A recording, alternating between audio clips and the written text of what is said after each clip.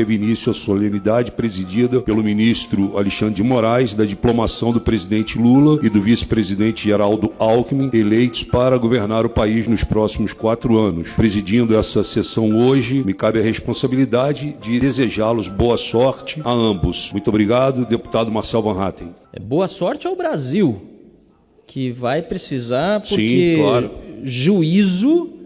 juízo, infelizmente, já falta e muito a esta chapa eleita, porque esta PEC que está pautada, PEC do Lula, para amanhã, é um escárnio, é um absurdo. Lula quer propor uma PEC, aliás, propôs, de quase 200 bilhões de reais. No Senado foi para 145 bilhões, mais uns penduricalhos, que quase chegam em 200 mesmo assim. Uma PEC que é, no mínimo, 3 vezes aquilo que seria necessário para pagar o Bolsa Família, que a Globo está chamando agora, aliás, está aproveitando o Bolsa Família para chamar de PEC do Bolsa Família, PEC do Lula. Eu quero ver quem nessa Câmara aqui vai querer votar a favor da PEC do Lula. A esquerda não tem 308 votos aqui nessa Câmara. Não tem. Por isso eu quero ver quem vai ter de fato a coragem de votar a favor da PEC do Lula. E mais, li hoje que Lula quer revogar a lei das estatais. Mais um absurdo. Para quê?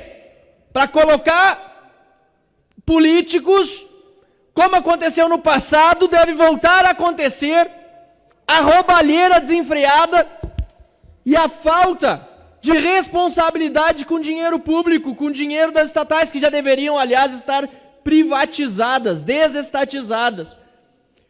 É um absurdo que nós estamos agora vendo no Brasil, e a comunicação da presidência aqui de que a diplomação do Lula começou a acontecer nesse momento no TSE, porque, como eu falei no meu discurso anterior e repito, ela coroa um festival de ilegalidades e de inconstitucionalidades vindos do Poder Judiciário. Um absurdo. Fake news eram apenas aquelas disseminadas por um lado. O outro lado tinha até um deputado aqui chamado Janones que podia chamar todo mundo de assassino, de fascista. O próprio presidente da República atual era acossado por esses termos e nada acontecia. E estou aqui dizendo que sou favorável? É claro que não. Calúnia, injúria, difamação, tudo tem previsão legal.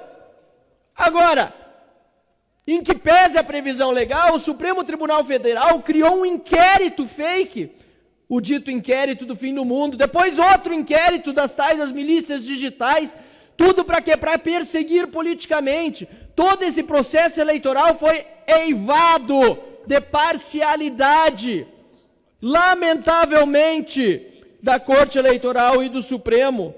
Uma série de fatos que vimos acontecer ao longo desta eleição. Proibição de usos de imagem do 7 de setembro, por exemplo, por parte da candidatura de Jair Bolsonaro. Ou, mais recentemente, uma multa por litigância de má-fé contra o partido do presidente Bolsonaro por ter feito algo que, concorde eu ou não, está previsto na lei.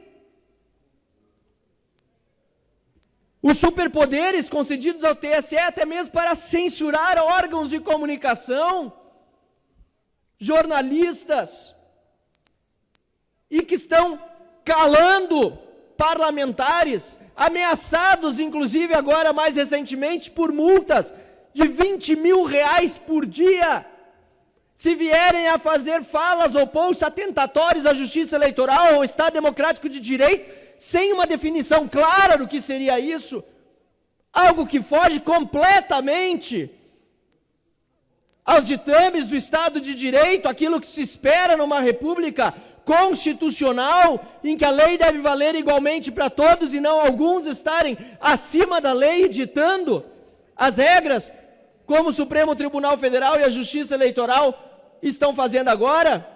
É triste demais, presidente. Eu não me calarei. Eu não me calarei, não me intimido. E eu peço a esta casa que se levante, porque está de joelhos. Felizmente, 181 parlamentares assinaram um pedido de CPI para investigar os abusos do Supremo Tribunal Federal e do Tribunal Superior Eleitoral, o que já demonstra uma reação.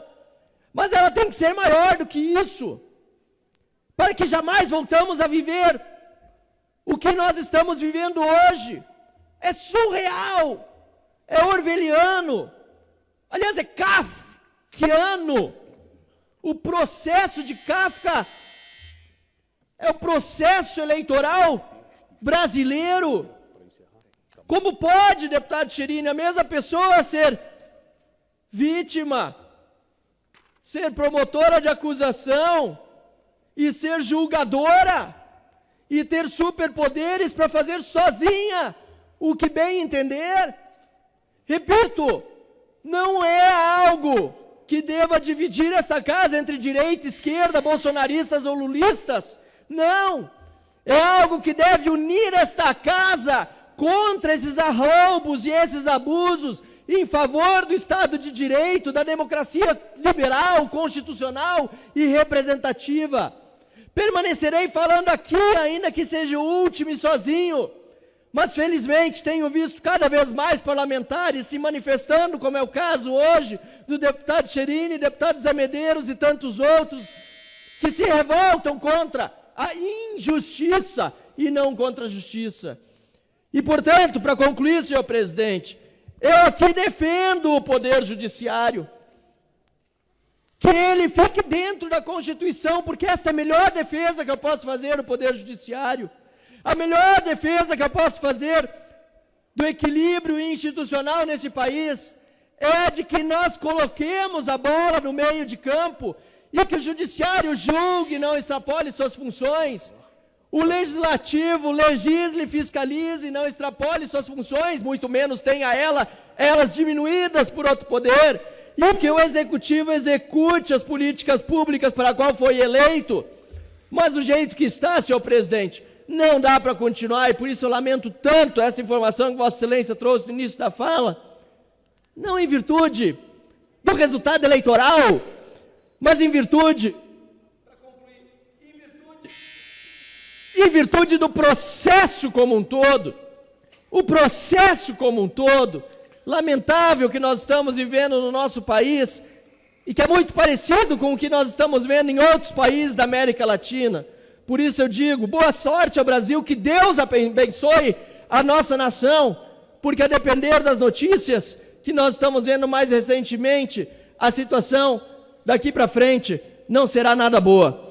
Votarei contra a PEC do Lula, votarei contra qualquer medida provisória para aumentar ministérios. Estão dizendo que falta dinheiro para o Bolsa Família, deputado Scherini, e já querem criar mais 12 ministérios. Votarei contra o fim da lei das estatais para colocar apaniguados políticos ali para roubar e não para fazer o trabalho sério que vinha sendo feito em muitas delas, e por isso mesmo muitas estatais hoje dão lucro.